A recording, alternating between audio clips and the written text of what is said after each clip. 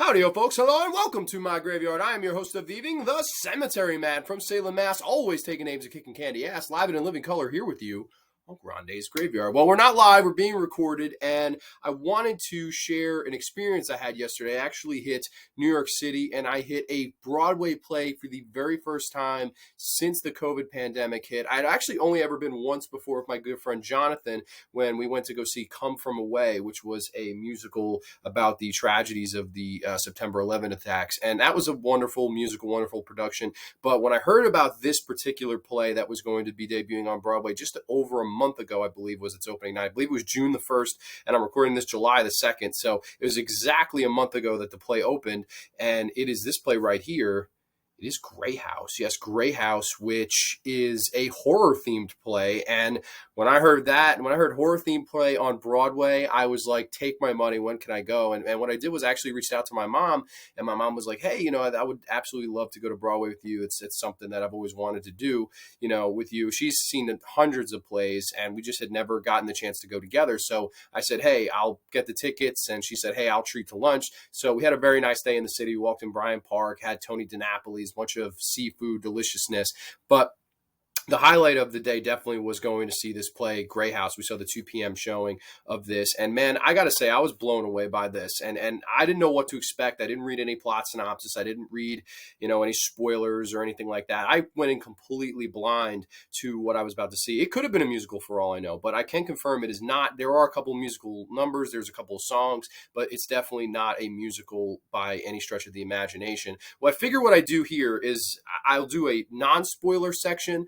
Maybe I'll just do the whole thing non-spoiler. I'm not sure. I'm not sure really how I want to tackle this because I really don't want to go too in-depth with this. I don't really want to spoil it for people because it's only been out for a month. It's one of those things where I do recommend people see it, and I will go into some non-spoiler thoughts.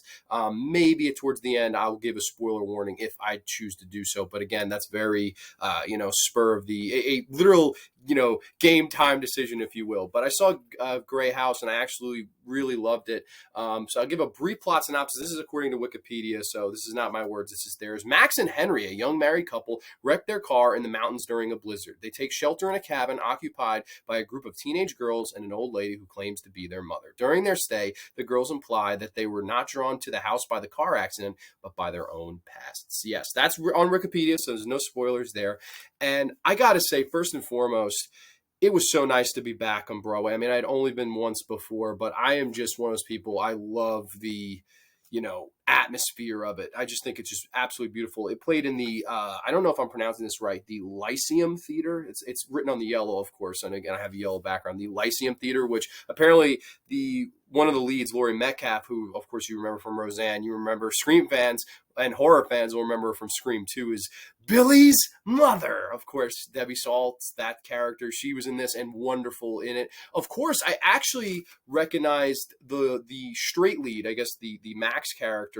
That was an actress that I had seen years and years and years ago in a bit role in George Romero's Diary of the Dead. Yes, she's a bit role in that. She plays Mary in that film. And here she's kind of playing the straight lead, the straight man, even though she's a woman, she's kind of the straight character with, all these wacky characters, going on in the side. And I wanted to get the names of some of the cast and crew here, which I love playbooks, by the way. This is like the best souvenir you can get me because I'm such a nerd for stuff like this. Arrow has their little booklets. Broadway has these. I want to say Marlowe, the character of Marlowe, played by Sophia Ann Caruso, she stole this play. Every single scene she was in, I was just super drawn to. I thought she had a great, stage presence, and I was just so drawn into everything that she had to say. And her character, I felt, was the most interesting. Now, it does take place, the setting is a cabin in the woods. It's 1977, and also they tell you that here, so that's nothing to be surprised about. But, Tatiana Maslany as Max, of course, the lead straight girl who, of course, worked with Romero. She was a stage actress in Canada. Hence, 15 years after working with George Romero, she's the lead in a Broadway play. I thought that was so cool. Like, it's such a cool full circle here. And like I said, Laurie Metcalf's great in it. Sophia Ann Caruso steals this thing. But I just loved that this had a little bit of everything to it. And I'm not gonna get into brutal spoilers here, but I loved the fact that it wasn't just straight up horror. It wasn't a musical. It wasn't a drama. It wasn't, a comedy. Although it had all of those elements in it. It had quite a few laughs. I thought Laurie Metcalf was hysterical in the play. They had just wonderful sequences of horror and terror, but usually by using just dialogue alone. There was a lot of great stories, like creepy stories that are told by the characters in this. And, not trying to get too much into spoilers, but there's some amazing sequences here where the girls all decide to play a game of show and hell.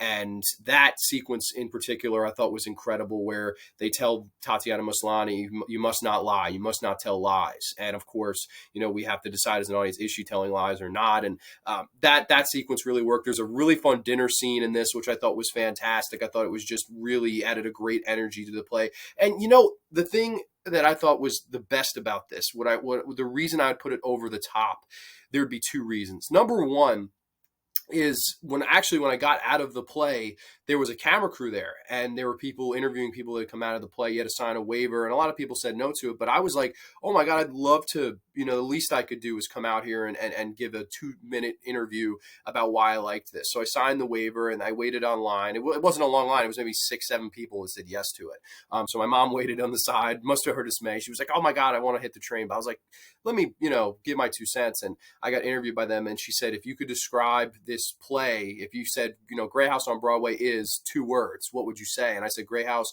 on Broadway is heartfelt horror. And I think that was the number one reason why I liked this.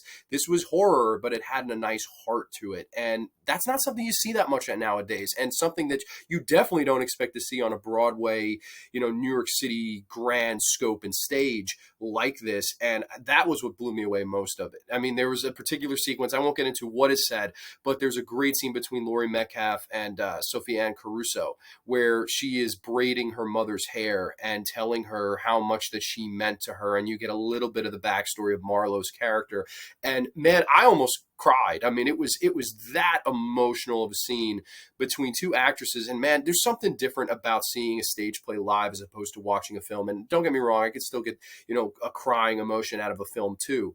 But there was something about this scene live and in living color, if you will, my thing, that just absolutely moved me. I mean, it was just such a great scene between those two. And I mean, the play is full of that stuff. It really is full of wonderful scenes like that. But the second thing I got to say is I like that a lot of this is really not explained. Now, I know that's going to piss off some people. There are some things that are straightforward, but there's a lot of this that's almost like a Lynchian Mulholland Drive puzzle. There's a lot of this there. You will leave thinking, well, what was the significance of this? And what did that mean? And what was going on here? And I have my own thoughts. Now, granted, I won't share them here because obviously those could obviously be perceived as spoilers. I really don't want to get into spoilers in this. I'm going to try to avoid it. If people are interested in a spoiler review, I'll do it.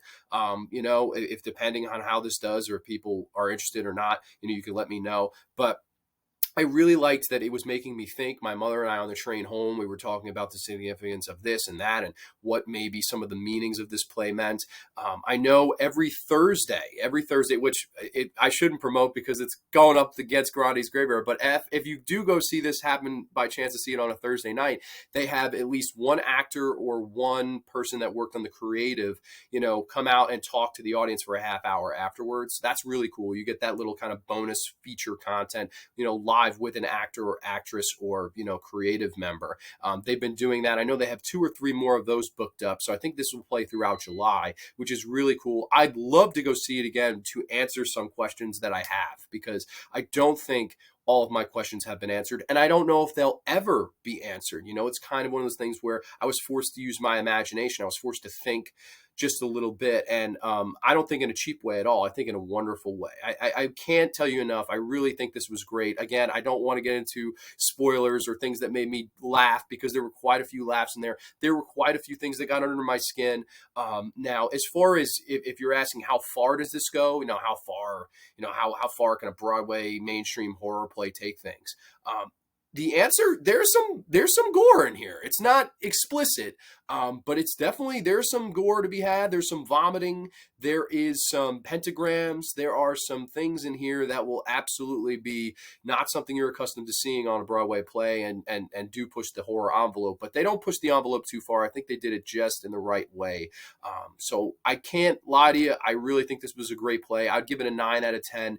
And I really would like to see it again. I swear to you, I will probably see this again before it's off Broadway, because I'd also say I'd love to see a live film adaptation of this. The play runs about 90 minutes long. There's no intermission. We were going to sit in the nosebleeds because I was paying. I spent like $200 to sit in a really bad seat upstairs. You know, that was total for my mother and I. And actually, when we got there, the lady said, "Here, show this to the other lady. You've been upgraded." So they moved us to the second row.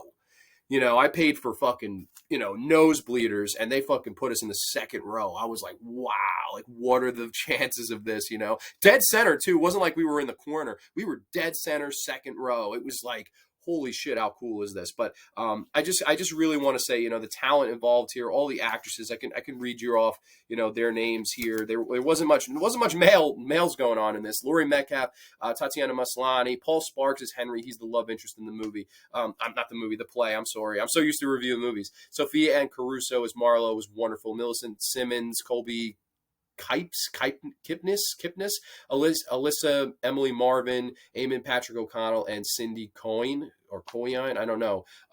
That's the entire cast here. They just all did a wonderful job. It was a really fun day for me, spending some time with my mother, eating some delicious Italian food, and going to Broadway to see not just any play or musical, but a horror play, something that I completely had never heard of, or, wasn't aware of going in. I think that's a big thing with Broadway. Like, you see, Lion King, they have Aladdin, they have, Harry Potter 8, they have all the Wicked, they have all these things where you pretty much know going in what you're going to get, right? I mean, we all know Lion King. We all know fucking Aladdin.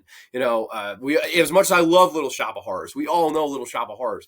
This was I didn't know what I was going into, and I walked out just so refreshed and enlightened, and happy to be a horror fan and happy to be a theater fan. So this was really cool. I really highly recommend you guys check this out. Like I said, if people want to hear spoiler reviews, it will be a long one. I'll tell you that, because there's a lot to dissect with this thing. This is deep. This is not your quintessential, bare bones horror. This is some deep fucking horror that will puzzle you, that will make you think, that will challenge you as a viewer. And I thought it really clicked. I thought it was really, really good and refreshing to see. So Grey House, highly recommend. I give the play a 9 out of 10. I thought it was fantastic. So if anyone has seen the play and you want to talk spoilers, we could do that in the comments. We could totally do that in the comments. Just please, give a heads up to people that might be reading the comments. Be mindful of them, that if they are planning on seeing this or would like to somewhere down the road. I know that they have been paying content creators on YouTube that are bigger than I am. Obviously, there are people with hundreds of thousands of subscribers, to review this play and to talk about it and not to spoil it. Obviously, I was not one of those people. I just kind of went, paid my real money. I did get upgraded like I was somebody important. Granted, that was a chance of fate. That was a twist of fate that should happen. But, it is what it is. I really enjoyed it. I definitely highly recommend. And if you guys want to talk about it in the comments, please do comment down below and let me know. And everybody, thank you so much for checking out this quick, brief edition of Grande's Graveyard Recorded. We will be live this Thursday night, live in living color, with the H.P. Lovecraft and Stuart Gordon collaboration special, where we honor, of course, Reanimator from 1985, Castle Freak from 1995, and Dagon from 2001. Of course, 3 separate decades of Lovecraft and Gordon, and zero regrets. So everybody, I'm super excited for that. We will catch you next time, only on the Graveyard. Too Sweet Peace. We'll catch you next time.